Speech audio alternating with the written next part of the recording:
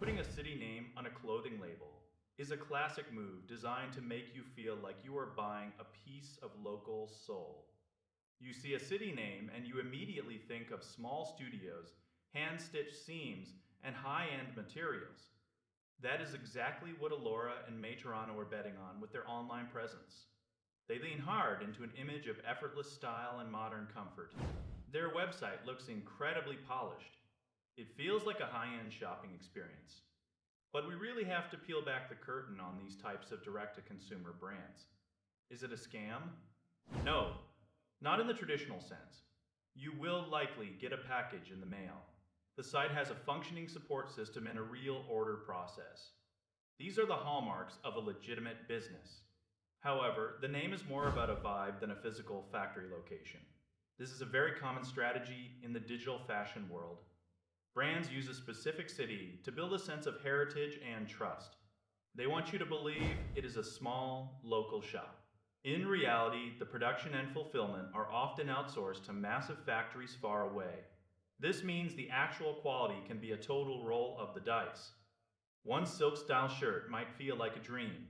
The next pair of everyday pants might feel like thin, cheap plastic. That is the inherent risk with these mid-tier online stores. They spend a massive amount of money on lifestyle photography. They want you to buy into a specific mood or a lifestyle. But if the fabric quality does not match the premium price tag, the experience falls apart. Many of these boutiques rely on shoppers not checking the fine print. You have to be a digital detective when you shop these days. Look closely at the return policies. Look at the specific fabric blends. If a brand says it is a curated boutique but stays silent on where things are actually manufactured, you should proceed with caution.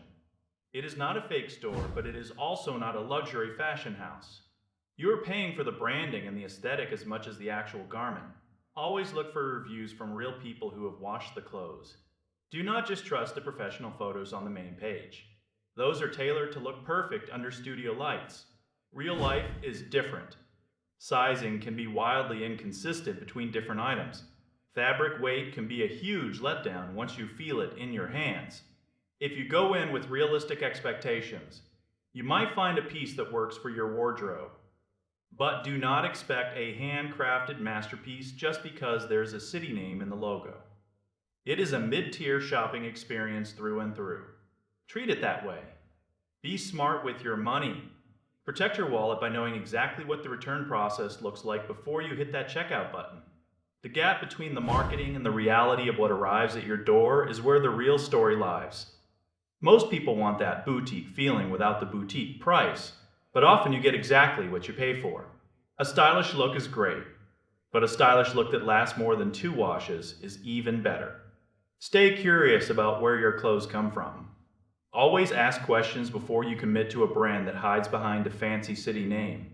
You deserve to know if that style is actually going to hold up in your closet, or if it is just a clever facade.